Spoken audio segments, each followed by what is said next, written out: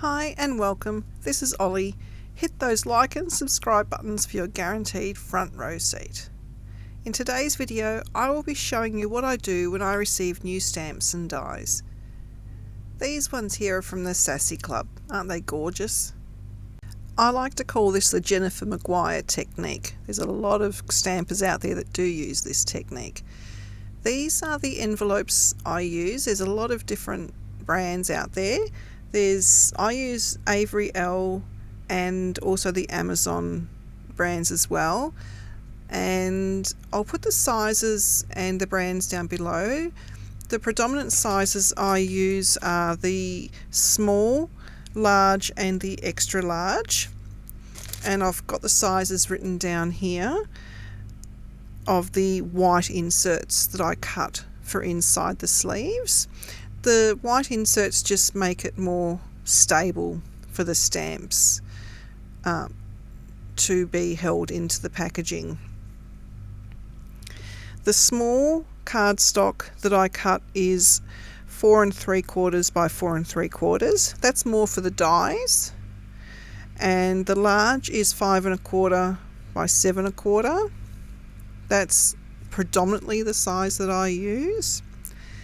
And the extra large is 5 3/4 by 8 1/4. That is for your larger stamp sets. I don't use that one very often at all, and I actually have separate tubs set aside for those. That's for your very large die sets and your very large stamp sets. And don't throw away those extra bits of cardstock that you see there. They're really good for sentiment strips.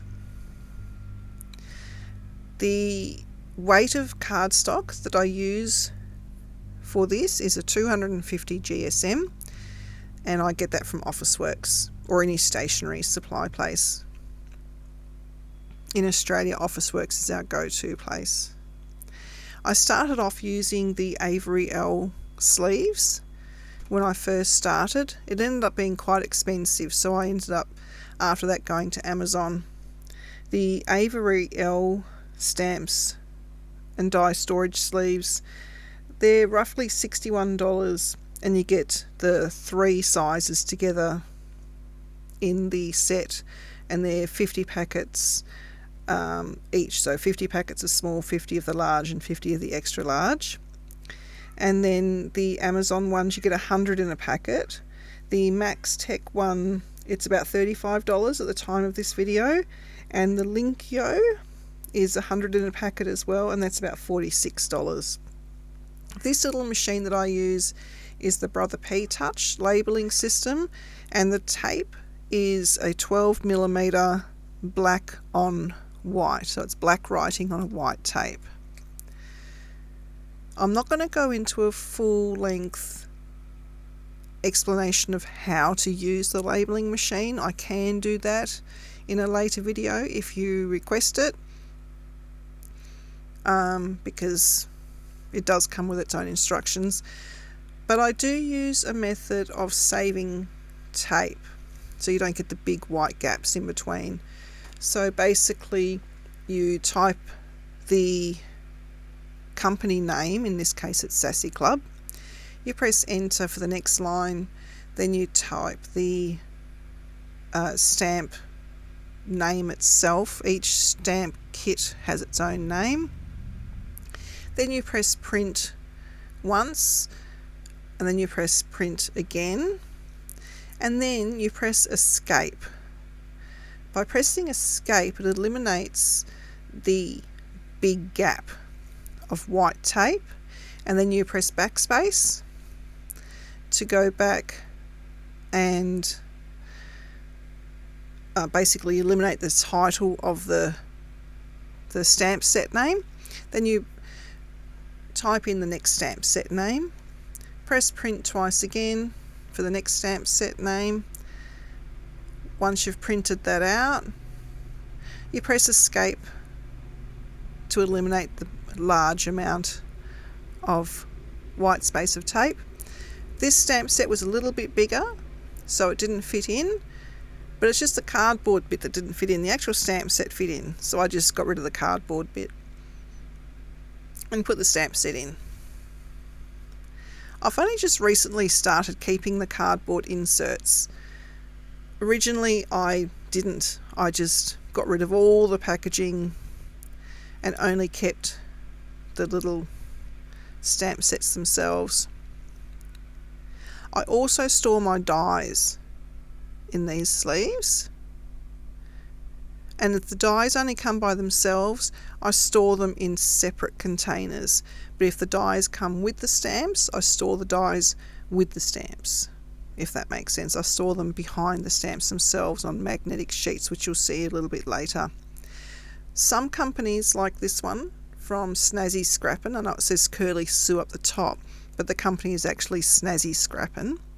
They don't come with titles of the name of the die on the packaging, so I've had to resort back to the invoice for the actual title of what the die is called, because I like to actually have that on the actual sleeve so that I can tell you guys in videos what the name of the die is called if you want to purchase the die.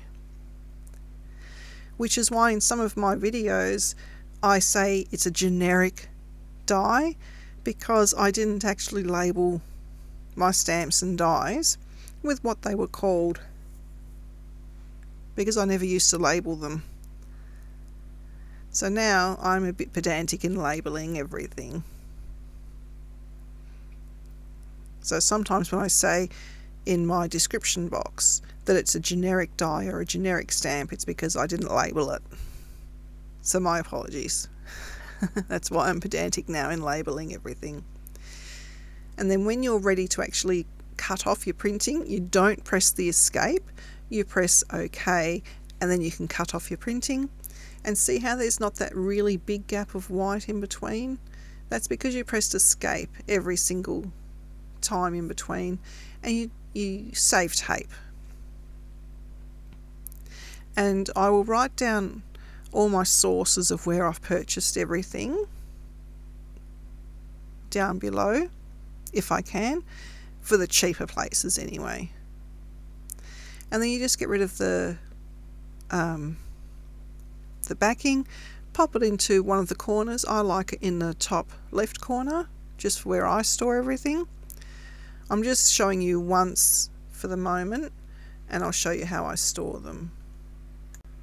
So I store all my stamps and dies in fridge or freezer bins. I either get them from places like Big W or $2 shops. I can't really give you brand names as such, because it's just a matter of where I've been able to source them from. And I put them into either brand names or in things like animals, garden, flowers, things like that. And this is an example of how I store dies in the same packaging as stamps, and I store them on magnetic sheets so that I don't lose them. The magnetic sheets I either get from $2 shops or off Amazon just recently, because I go through so many of them. And they come as an adhesive magnet sheet, but I don't use the adhesive part. And you can trim them with scissors or with a guillotine.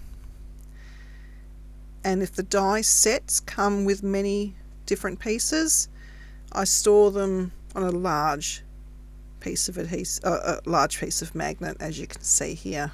It keeps everything nice and tidy and together. And that's basically it. Thanks for watching, guys, and I'll see you next time.